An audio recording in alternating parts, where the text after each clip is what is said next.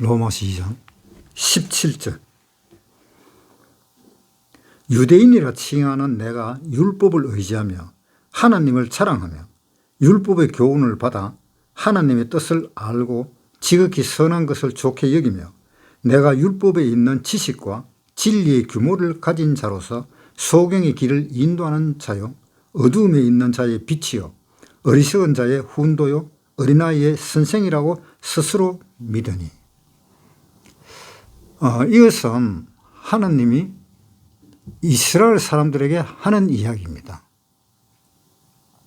이스라엘 사람은 어떤 사람이 이스라엘 사람인가? 유대인이 어떤 사람이 유대인인가? 히브리 민족은 어떤 사람이 히브리 민족인가?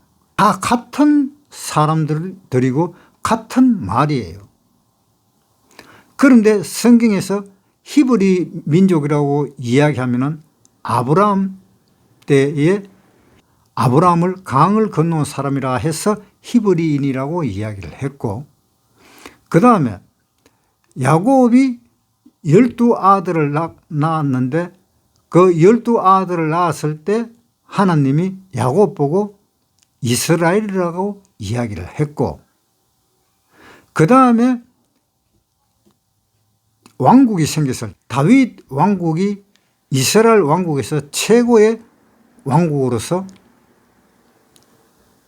하나님이 이야기했습니다. 다윗과 예수 그리스도의 세계라.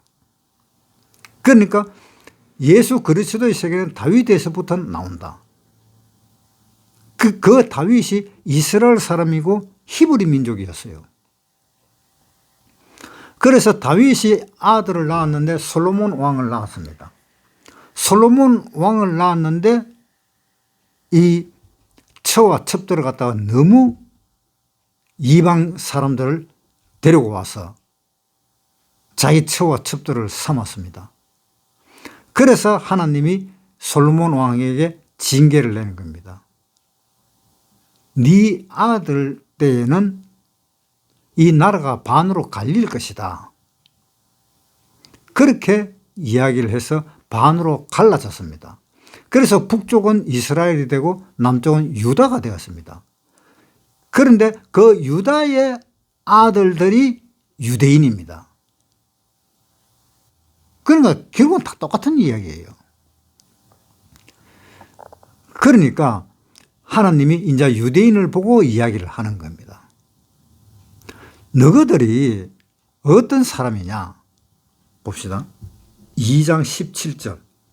유대인이라 칭하는 네가 율법을 의지하며, 유대인이라고 칭하는 너는 율법을 의지하고 있지 않느냐? 그것이 잘못되지 않았느냐? 지금 그 이야기입니다. 왜 율법을 의지하는 것이 잘못된 것입니까? 자, 로마서 9장에 한번 보겠습니다. 1절부터 읽겠습니다. 내가 그리스도 안에서 참말을 하고 거짓말을 아니하노라. 내게 큰 근심이 있는 것과 마음에 거치지 않는 고통이 있는 것을 내 양심이 성령 안에서 나로 더불어 증거하노니 나의 형제 곧 본육의 친척을 위하여 내 자신이 저주를 받아 그리스도에게서 끊어질지라도 원하는 바로라. 저희는 이스라엘 사람이라. 그 사람들 다 유대인도 따지고 보면 이스라엘 사람이잖아요. 왜? 야곱이 이스라엘이라고 이름을 바꿨잖아요. 야곱이 이스라엘이라고 바뀌어서 야곱의 아들들은 전부 다 이스라엘 사람들입니다. 그런데 야곱의 넷째 아들이 유다잖아요. 그러니까 그 유다가 바로 이스라엘 사람입니다. 그런데 예수님이 오셨을 때 예수님을 반기지 않았던 것입니다. 유대인들이. 그래서 이 유대인들이 그때부터 하나님한테 이제 문제가 나타나기 시작했습니다. 로마서 9장 4절. 저희는 이스라엘 사람이라. 저희에게는 양자됨과 영광과 언약들과 율법을 세우신 것과 하나님이 이스라엘 사람한테 율법을 세웠잖아요. 유다 사람한테도 율법을 세웠잖아요. 아브라함의 자손들에게 율법을 세웠잖아요. 그 율법을 세웠는데, 자 봅시다. 2장 17절, 유대인이라 칭하는 내가 율법을 의지하며. 자, 유대인이라고 말하는 네가 율법을 의지했다. 하나님이 율법을 줬는데 율법을 의지하는 것은 당연한 것이 아니냐, 이렇게 생각할 수가 있습니다. 자, 그 뒤에 조금 읽어보겠습니다. 율법의 교훈을 받아 하나님의 뜻을 알고, 그러니까 네가 율법의 교훈을 받아서 하나님의 뜻을 안다면 율법을 의지해서는 안 되지 않느냐는 이야기입니다. 그런데 율법을 의지했다라고 되어 있습니다. 유대인들은, 그러니까 유다의 자손들은. 이 바울은 자기의 생명이 저주를 받아서 끊어지더라도 자기는 원하는 것이 무엇이냐. 9장 4절, 저희는 이스라엘 사람이라 저희에게는 양자됨과 영광과 언약들과 율법을 세우신 것과 예배와 약속들이 있고. 자, 예배와 약속이 있고 율법을 세웠고 다 그런 것이 있는데 어떻게 그렇게 신앙생활을 하느냐, 네, 그 말입니다. 그것을 지금 이야기하는 겁니다. 로마서 2장 17절, 유대인이라 칭하는 내가 율법을 의지하며 하나님을 사랑하며 율법의 교훈을 받아 하나님의 뜻을 알고 지극히 선한 것을 좋게 여기며 내가 율법에 있는 지식과 진리의 규모를 가진 자로서 소경의 길을 인도하는도다. 그런데 율법의 뜻도 다 알고, 그런데 이 유대인들은 소경이더라 이 말입니다. 뭐냐? 이게 무슨 이야기입니까? 자, 우리가 이 세상에 살면서 법을 다 지키면서 살 수 있습니까? 우리나라의 법이 있는 것만 해도 아마 수천 개가 법이 있을 것입니다. 그 수천 개가 있는 그 법을 다 지키면서 사는 사람이 있을까라고 이야기합니다. 그런데 어떠한 죄를 저질러서 경찰서에 가든가 형무소에 들어가면 사람들이 욕을 합니다. 아, 저렇게 악랄한 놈이 어디 있느냐고. 그런데 우리가 재판에서 재판을 받아서 벌금을 내면은 그거는 또한 자랑스럽게 이야기를 하는 겁니다. 벌금 내는 거는 왜 벌금을 냅니까? 이 사람을 구치소에 집어넣기보다는 이렇게 약한 죄를 지었는 사람은 구태여 구치소에 넣을 필요가 없지 않느냐. 그래서 이 사람은 그냥 벌금을 내면 그냥 보내줄 수 있도록 하자라는 그 법이 벌금을 내는 법으로 바꾸어진 것입니다. 그래서 우리가 운전을 하면서 신호위반을 했다. 그러면 신호위반은 얼마? 이렇게 벌금으로 매겨져가 있습니다. 구치소에 안 들어가요. 왜? 아주 약한 죄니까. 그런데 신호위반 해가지고 사람을 죽여버렸다. 그러면은 구치소에 들어갑니다. 벌금은 벌금대로 내고 구치소는 구치소대로 또 들어갑니다. 왜? 그거는 중한 범죄다. 그래가지고 11개인가 12개인가 무슨 그런 교통 중한 법이 있죠.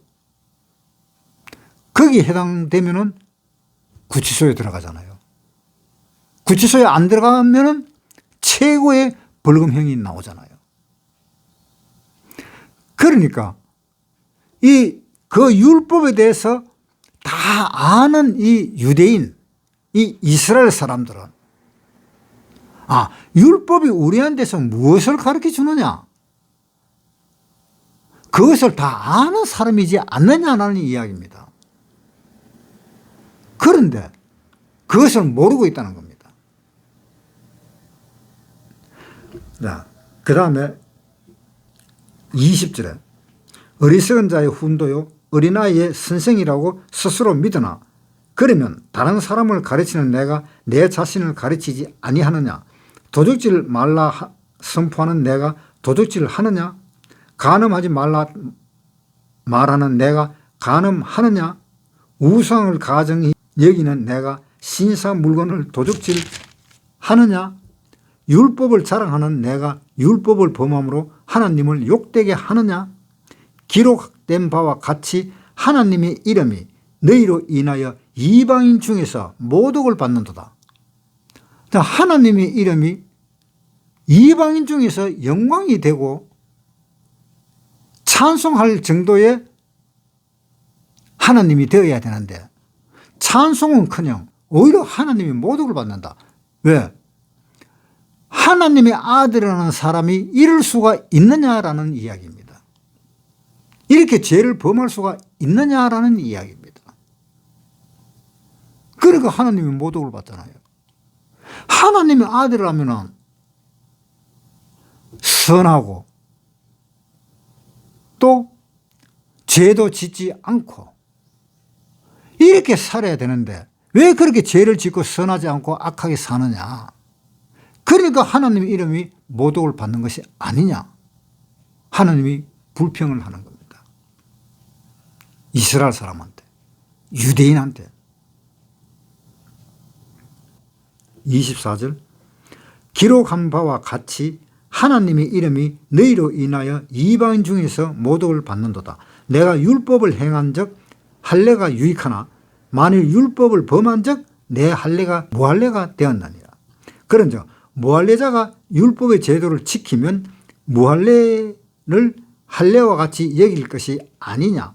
또한 본래 무할례자가 율법을 온전히 지키면 의문과 할례를 가지고 율법을 범하는 너를 판단치 아니하겠느냐. 그러니까 할례를 받았다는 사람은 하나님의 아들이라 하는 그 증거를 몸에 표시를 한 겁니다. 그 몸에 표시를 한 것을 할례라 그러는데 하나님의 아들이라 그러는데 이 하나님이 택한 사람이라고 말하는데 할례를 행했는 사람이 계속 죄만 짓고 있다 이 말입니다. 그러니까 사람들이 뭐라 그러세요? 네 할례 받았나? 응. 할례 받았는 사람이 왜 그렇게 죄를 지어? 일반 사람들도 이제 그렇게 말을 하기 시작합니다. 그것이 하나님 귀에 들어가는 겁니다. 그래서 하나님이 할례 받은 내 아들이 죄를 짓고 산다? 그러면 이거 문제인데? 그런 결과가 나오는 것입니다.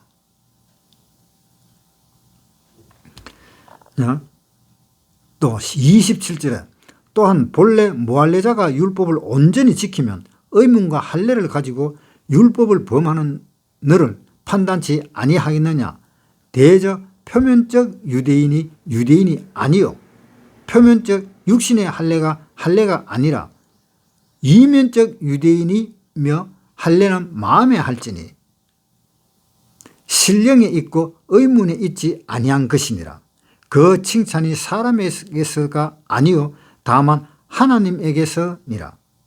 자, 신명기 10장 한번 보겠습니다.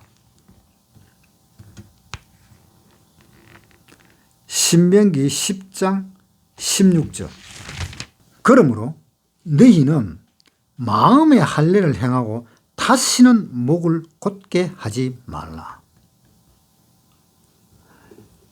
이 유대인들은 이스라엘 사람들은 몸에다가 할례를 받습니다. 몸에다가 할례를 받는데 할례를 받고는 자기는 하나님의 백성이라고 하나님이 택했다고 마음대로 행하게 되는 것입니다. 그러니까 뭐라고 이야기하느냐. 할례는 네 몸에 받았지만 네 몸에 받은 그 할례는 사실상 네 마음의 할례를 받아야 된다는 것을 가르쳐주고 있는 것이다. 그 말인 거예요. 네 마음의 할례를 받아라는 것을 가르쳐주기 위해서 내가 네 몸의 할례를 받게 한 것이다. 그러니까 할례는 마음에 받을 것이다. 신명기 10장 16절. 그러므로 너희는 마음의 할례를 행하고 다시는 목을 곧게 하지 마라. 이것을 유대인인, 이것이 이스라엘 사람, 이것이 히브리 민족, 이 사람들은 다 알고 있는 겁니다. 하나님의 뜻을. 로마서 2장 17절. 유대인이라 칭하는 내가 율법을 의지하며 하나님을 자랑하며, 하나님이 뭐냐, 내 아버지다, 내가 하나님의 아들이다, 이렇게 자랑을 하면서 율법을 의지한다는 겁니다. 지키지도 못하는 그 율법을 의지한다는 거예요. 그것이 되겠어요? 율법을 의지하면 어떻게 되겠습니까? 한 사람도 그 율법을 다 지키는 사람이 없잖아요. 우리나라에 있는 율법 전체에 나오는 그 법도 한 사람도 다 지키는 사람이 없습니다.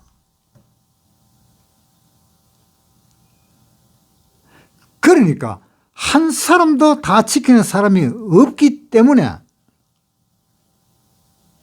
우리는 자기 자신이 그것을 인정하면은, 하나님의 법도 또 우리는 하나도 지킬 수 없는구나라고 알 수가 있다는 겁니다.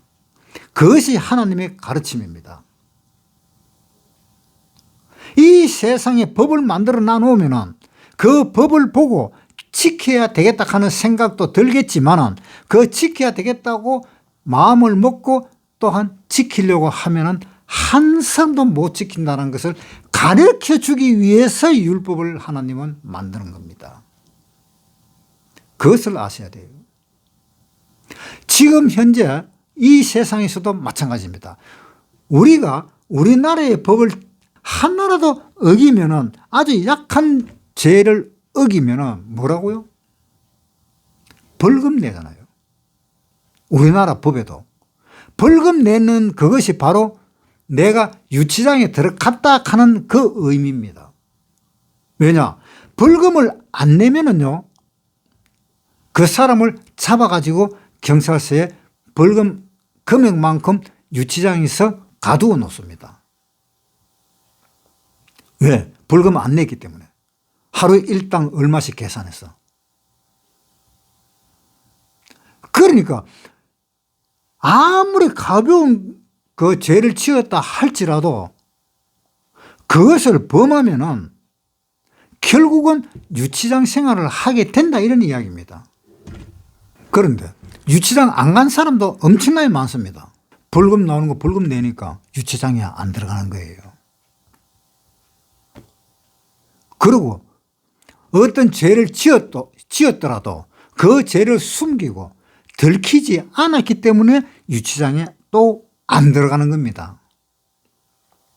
지금 사람 누구든지 다 사람을 잡아놓고 그 사람의 죄를 갖다가 다 알 수 있다면 형무소 안 들어가는 사람이 한 사람도 없을 겁니다. 운 좋게 안 잡혀서 안 걸려서 그래서 내가 형무소 안 들어가는 거지. 운전하면서도 신호위반 할 수 있잖아요. 신호위반 경찰이 없네, 샹 날아가 버리잖아요. 안 걸리잖아요. 그러니까 안 걸리니까 안 잡히고 안 잡히니까 나는 그 죄를 범하지 않았다라고 생각을 할 수가 있다는 겁니다. 그러나 하나님 편에서는 안 그래요. 나중에 하나님 앞에 심판을 받을 때 한번 보겠습니다. 심판 받을 때 교통신호 뭐까지 다 있는 그 일일이 다 그 하나하나 다 나타납니다. 하나님 앞에 자기의 그 일생이 우리 비디오를 틀어놓고 보듯이 일생이 쭉 나타납니다. 그 조금도 감추어질 것이 없습니다. 다 드러나 버립니다. 왜 드러나느냐? 우리가 천국에 가게 되면요, 우리 몸이 어떤 몸으로 변하느냐? 예수님의 몸으로 변합니다. 예수님은 피가 없어요. 예수님의 몸에는. 왜? 십자가에서 피를 다 흘려버렸어요. 피가 없어요. 그래서 죽음이 없는 겁니다.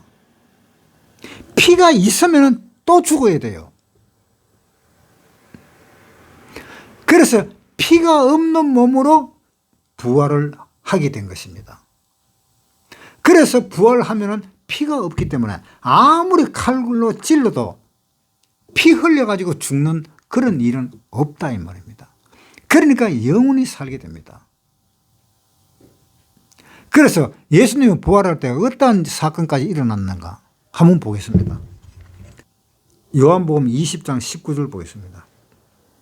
이날 곧 안식 후 첫날 저녁 때에 제자들이 유대인들을 두려워하여 모인 곳에 문을 닫았더라. 자, 유대인들을 두려워해가지고 이 사람들은 문을 닫고 있었어요. 그런데 예수께서 오사 가운데 서서 가라사대 너희에게 평강이 있을지어다.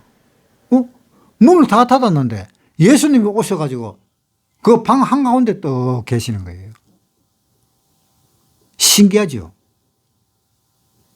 우리가 그러한 몸으로 변합니다. 우리가 천국에 가면은. 그러한 몸으로 변하고 또 어디를 간다 하는 것도 우리 생각하는 그대로 바로 실행이 되는 겁니다. 우리 한번 생각을 해봅시다. 옛날 어릴 때 내가 구슬치기 하고 딱지치기 하고 고무줄 놀이 하는 것을 한번 상상을 해보세요. 생각하면 바로 그 타임머신 타고 바로 그 세계로 들어가지요. 그 어린 시절로 들어가잖아요. 그것처럼 우리가 바로 어린 시절로도 바로 들어가 버립니다. 우리 그 후 미래의 세계도 바로 들어가 버립니다. 내가 천국이 어디에 있는지 내가 한번 가르쳐 드릴까요? 천국은요, 북쪽 하늘에 북극성 그 뒤를 계속 지나가면은 이 우주의 끝이 나옵니다. 우주의 끝이 나오는 그 다음 세계가 천국입니다. 그 다음 세계가 하나님이 계신 것이에요. 엄청나게 멀지요. 그러나 우리가 다시 부활했을 때 천국 간다 그러면 그냥 바로 가는 거예요. 우리 이 대기권은 그냥 바로 넘어가는 겁니다. 로마서 2장 다시 보겠습니다.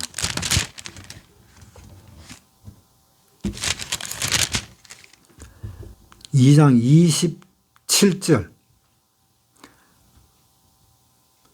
또한 본래 무할례자가 율법을 온전히 지키면 의문과 할례를 가지고 율법을 범하는 너를 판단치 아니하겠느냐. 대저 표면적 유대인이 아니요 표면적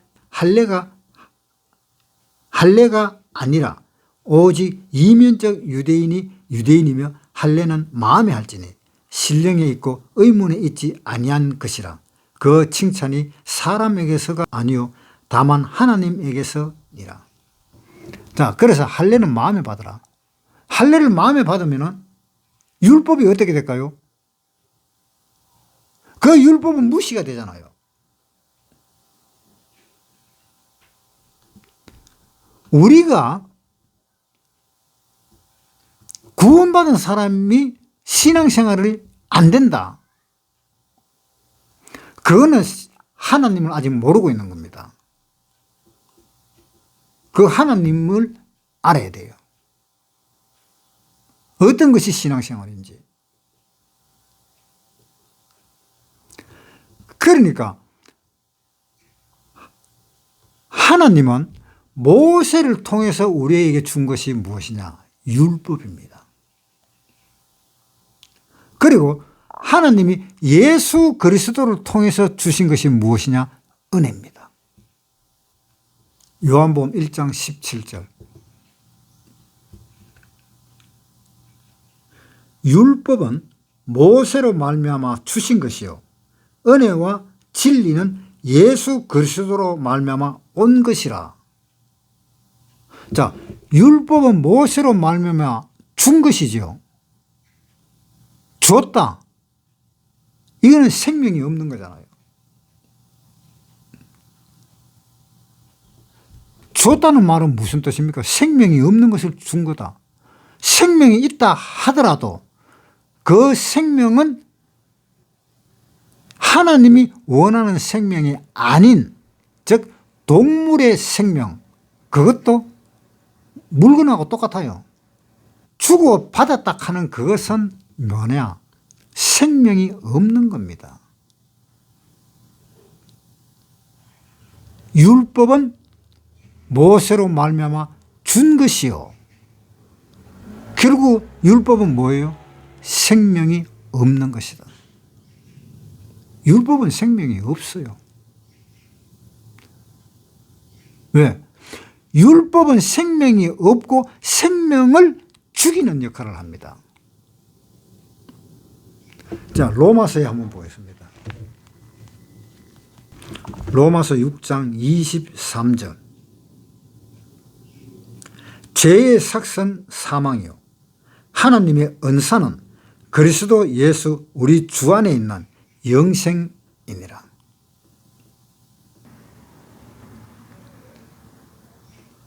그러니까 죄의 삭은 사망이다. 사망은 어디서 오는 겁니까? 율법에서 오는 거잖아요. 이 율법을 지키지 않는 것이 죄잖아요. 율법을 지키지 않는 것이 죄고 율법을 지키지 않음으로 인해서 사망이 오잖아요. 네. 그래서 모세가 율법을 준 그것은 사망이다는 이야기입니다. 그래서 하나님이 모세를 가나안 땅에 들여보내질 않았던 겁니다. 율법을 준 하나님이 그 율법을 가지고는 절대로 천국에 못 들어간다 그러면서 모세를 죽인 것입니다. 그때 모세가 죽을 때에 눈이 흐리지 않았다라고 이야기하고 있습니다. 신명기 34장 4절. 여호와께서 그에게 이르시되 이는 내가 아브라함과 이삭과 야곱에게 맹세하여 그 후손에게 주리라 한 땅이라. 내가 내 눈으로 보게 하였거니와 너는 그리로 건너가지 못하리라 하시매. 모세가 건너가면 천국에도 율법이 있다 하는 이야기가 나오는 겁니다. 왜? 모세가 천국 들어갈 때 율법을 가지고 들어갈 거 아닙니까? 그러니까 천국에는 율법이 없어요.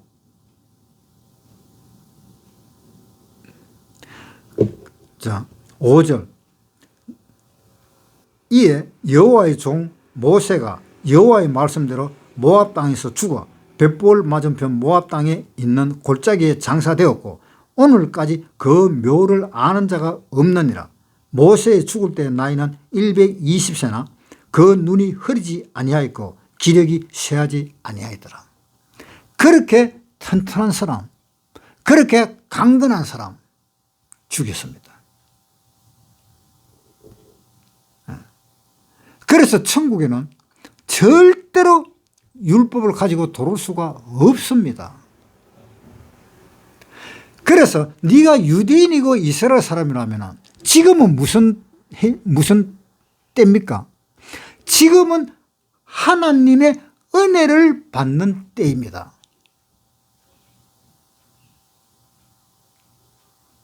그렇잖아요. 예수님이 돌아가셨잖아요. 돌아가시고 난 뒤에 은혜를 받는 때잖아요. 그 은혜가 뭡니까? 마가의 다락방에서 성령을 다 받았잖아요.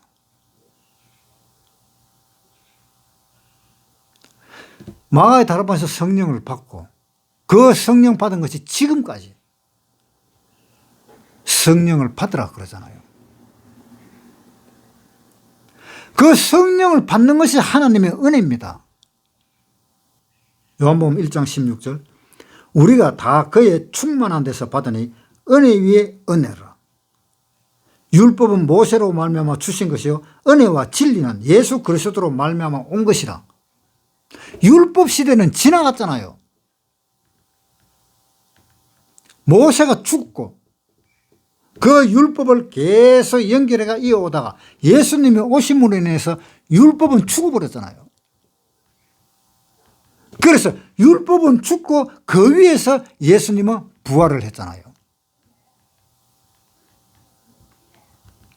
그러니까 예수님이 다시 사셨잖아요. 다시 사신 것이 뭡니까? 율법을 이긴 거예요. 율법을 이겼다는 말이 무슨 말입니까? 사망에서 이겼다는 뜻입니다. 율법은 사망이라. 죄에 있어서는 사망이라. 그 말은 율법은 사망이다. 이 말하고 똑같은 말입니다. 고린도전서에 한번 보겠습니다. 15장 54절 이 썩을 것이 썩지 아니함을 입고 이 죽을 것이 죽지 아니함을 입을 때에는 사망이 이김에 삼킨 바 되리라고 기록된 말씀이 응하니라. 사망이 이김에 삼킨 바 되었다. 이게 무슨 말입니까? 이김이 사망을 삼켰다 이런 이야기입니다. 즉 말하면 두꺼비가 파리를 잡아먹잖아요. 파리 앞에 있는 걸 딱 보면 혀를 갖다가 싹 끄잡아내가지고 그대로 혀로 그 파리를 잡아가 먹어버리잖아요. 그것처럼 이김이 사망을 갖다가 먹어버린 겁니다. 그래서 사망이 없는 세상인 것입니다. 그래서 55절에 사망아 너희의 이기는 것이 어디 있느냐? 그래서 묻습니다. 사망아 네가 이기는 것이 어디에 있느냐? 자 보세요. 56절에 사망이 쏘는 것은 죄요 죄의 권능은 율법이라. 사망이 쏘는 것은 죄를 쏘는데 사망이 없어져 버리고 또 죄도 없어져 버린 거예요. 그러니까 우리가 지금 이 세상이 그러한 세상인데 사망도 없고 죄도 없는 그런 세상인데 그러니까 좀 이상하게 생각할 거예요. 사망도 없고 죄도 없는 세상이라? 그러면 아무리 죄지도 괜찮겠네? 그게 아닙니다. 예수님이 이 세상에 오셔서 사망을 이겼다라는 것을 그것을 믿는 사람에게 없는 것이지 그것을 믿지 않는 사람에게는 그대로 사망과 죄는 있습니다. 그러나 예수를 믿는 사람은 사망과 죄가 없습니다. 우리가 구원받은 것은 영혼이 구원을 받은 것이기 때문에 이 영혼은 죄와 사망에 노출되어 있지 않습니다. 우리 이 영혼은 죄와 사망에게 완전히 그 죄와 사망을 삼킨 상태에서 우리는 이 영혼을 가지고 있습니다. 사망이 우리의 이 영혼을 주장하지 못하는 거예요. 그런데 사망이 주장하는 것은 뭘 주장하는가 하면 우리 육체를 주장하는 겁니다. 육체는 사망입니다. 안 죽는 사람 있어요? 안 죽는 사람은 없잖아요. 다 죽잖아요. 그래서 죽는다 하는 그 뜻은 사망이라는 뜻입니다. 즉 율법이라는 뜻입니다. 그 율법을 범하는 죄가 육체가 있다는 겁니다. 그래서 예수를 믿지 않는 사람은 육체대로 살고 육체대로 심판을 받는 것이고, 예수님을 믿는 사람은 영혼대로 살고 영혼대로 우리는 심판을 받지 않고 하늘나라로 가는 것입니다. 그러면 이 육체는 어떻게 되느냐? 이 땅에 그대로 남겨두고 갑니다. 이 땅에서 썩도록, 썩어버리도록 그대로 남겨두고 갑니다. 안 가져갑니다. 이 육체는 안 가져가요. 육체는 가져가봐야 소용이 없어요. 천국에 못 놔둬요. 그래서 우리의 믿음은 영혼의 구원을 받습니다. 베드로전서 1장 9절, 믿음의 결국 곧 영혼의 구원을 받습니다. 영혼이 구원받고 영혼이 하늘나라로 가는 거예요. 우리 육체가 하늘나라로 가는 게 아닙니다. 우리 육체는 변합니다. 휴거될 때는. 예수님이 몸이 변해서 하늘나라로 올라가듯이 우리도 예수님처럼 몸이 변해서 하늘나라로 올라갑니다. 육체는 이 땅에서 썩어져 없어져 버립니다. 로마서 2장 다시 보겠습니다. 29절, 오직 이면적 유대인이 유대인이며 할례는 마음에 할지니 신령에 있고 의문에 있지 아니한 것이라. 칭찬하는 사람에서가 아니라 다만 하나님에게서니라. 자, 그러니까 우리는 육체대로 살면 안 되는 거예요. 육체의 할례를 받았다고 해서 육체대로 살면 안 되는 겁니다. 육체의 할례를 받았다는 것은 네 영혼이, 네 마음에 할례를 받으라는 그러한 의미입니다. 그런데 유대인들은 육체의 할례를 받았으니까 이제 됐네, 그것으로 끝내버리는 것이 유대인들입니다. 그래서는 안 되는 거예요. 갈라디아서 5장 3절, 내가 할례를 받는 각 사람에게 다시 증거하노니 그는 율법 전체를 행할 의무를 가진 자라. 자, 할례를 받는 사람은, 이 할례 받는 것은 율법이지요. 이 할례를 받는 각 사람에게 다시 증거하노니 그는 율법 전체를 행할 의무를 가진 자라. 율법 안에서 의롭다 함을 얻으려 하는 너희는 그리스도에게서 끊어지고 은혜에서 떨어진 자로다. 왜 그래요? 지금은 은혜 시대잖아요. 지금은 율법 시대가 아닌 거예요. 율법은 모세로 말미암아 준 것인데 지금 모세로 말미암아 준 그 율법을 가지고 사는 시대가 아니다 이 말입니다. 하나님의 은혜로 사는 시대입니다. 그래서 율법의 행위로 의롭다함을 얻으려 하는 너희는 그리스도에게서 끊어지고 은혜에서 떨어진 자다. 그러니까 율법을 지키지 말라는 이야기입니다. 그럼 율법을 지키지 마라 하면은 율법을 지키지 마라 하면 율법에 있는 내 부모를 공경하라, 탐내지 마라, 이런 거 다 어기고 내 부모를 공경 안 하고 이웃을 내 몸같이 사랑하지도 안 하고 살인을 하고 도둑질하고 아마 그렇게 해도 되겠네? 아닙니다.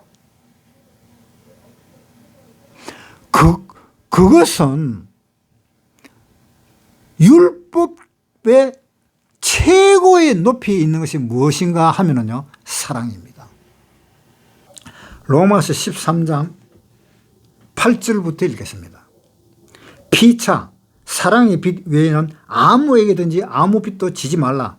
남을 사랑하는 자는 율법을 다 이루었느니라. 자, 남을 사랑하는 사람은 율법을 다 이루었다 그랬잖아요. 자, 한번 봅시다. 여기에 조그마한 율법이라 하는 것이 하나 있습니다. 여기에. 그런데 거기에 사랑이라 하는 이 보자기로 덮어버려요. 그럼 덮어버리면은 율법이 보입니까? 안 보이잖아요. 왜? 사랑으로 다 덮어버렸으니까. 그래서 이 사랑을 하는 사람은 율법을 다 지킨 것과 같다 이 말입니다. 율법 위에 사랑이 있기 때문에. 그 다음 봅시다. 9절. 간음하지 말라, 살인하지 말라, 도둑질 하지 말라, 탐내지 말라 한 것과 그 외에 다른 계명이 있을지라도 내 이웃을 내 자신과 같이 사랑하라 하신 그 말씀 가운데 다 들었느니라. 사랑은 이웃에게 악을 행치 아니하나니 그러므로 사랑은 율법의 완성이니라. 사랑은 악을 행하는 것이 아니잖아요. 자기 부인을 사랑한다고 그러면서 자기 부인을 술 먹고 와가지고 막 두드려 패고, 그것이 사랑입니까? 그것은 사랑 아니에요. 사랑하는 사람은 그렇게 할 수가 없습니다. 그러니까 사랑하는 사람은 그렇게 할 수가 없기 때문에 사랑은 율법의 완성이죠.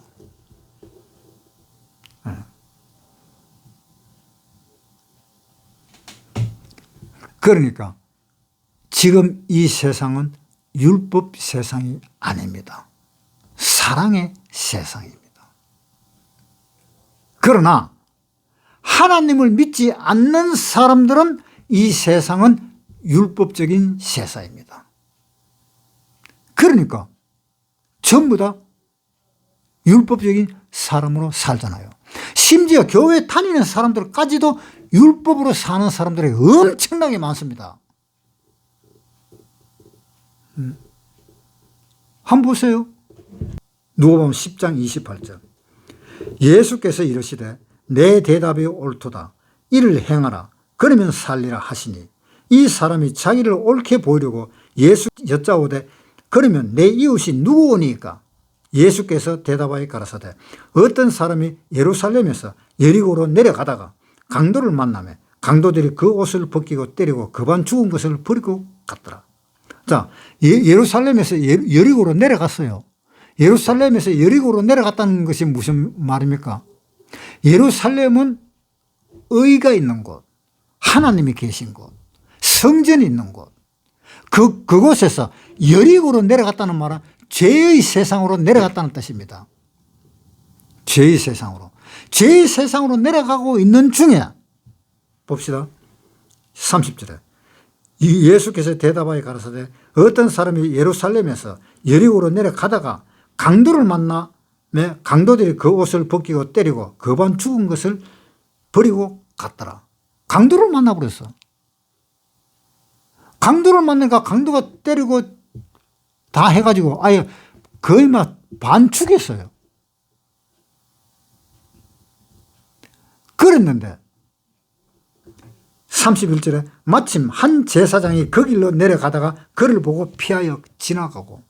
자, 그를 보고 피하여 지나갔다. 제사장이 누굽니까? 제사장은 종교 지도자들입니다. 이 종교 지도자들이 옛날 사두개인들 이런 사람들이 제사장이었잖아요. 이 종교 지도자들이 피해버렸다. 왜? 율법대로 살 수가 없잖아요. 사람은 율법대로 살 수가 없습니다. 죽었다 깨나도 율법을 지키면서 살 수가 없습니다.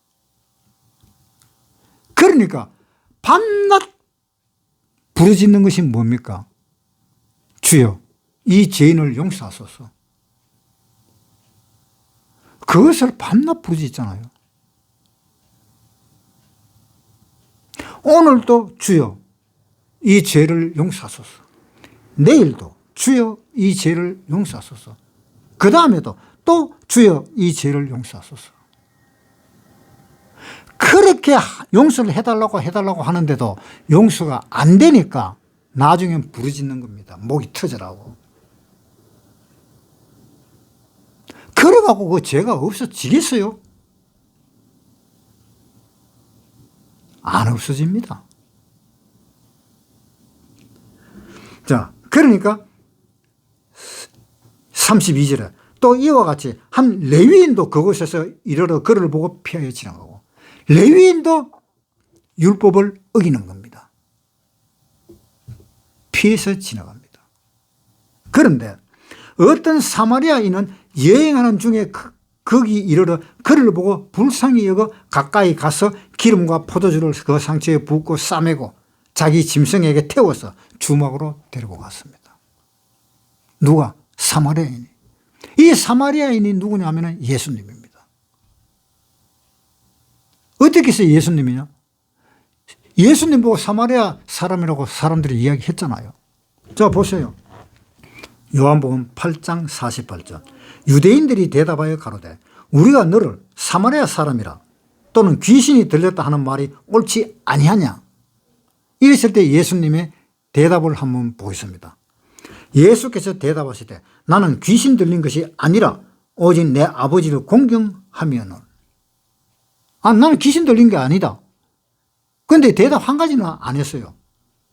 보세요. 48절에 유대인들이 대답하여 가로되 우리가 너를 사마리아 사람이라 또는 귀신이 들렸다 하는 말이 옳지 않느냐? 너는 사마리아 사람이지 않느냐? 그랬을 때 예수님이 나는 사마리아 사람이다. 그것을 인정을 한 것입니다. 예수님 사마리아 거기에서 살았잖아요. 거기가 어디입니까? 예수님이 어렸을 때 애굽에서 피해서 도망간 나사렛. 나사렛이 바로 사마리아잖아요. 나사렛 예수라 그러잖아요.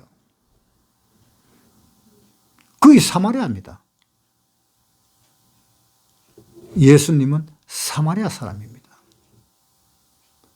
그 사마리아 사람이 성전으로 예루살렘으로 갈 때 보니까 완전히 죽은 사람이 있더라.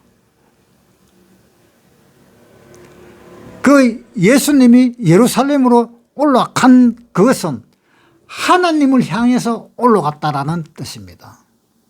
하나님을 향해서 올라간 사람이 그 강도를 만나서 거반 죽은 것을 보고 그냥 피해서 하늘나라로 올라갑니까? 예? 그것이 있을 수 있는 일입니까? 아니잖아요.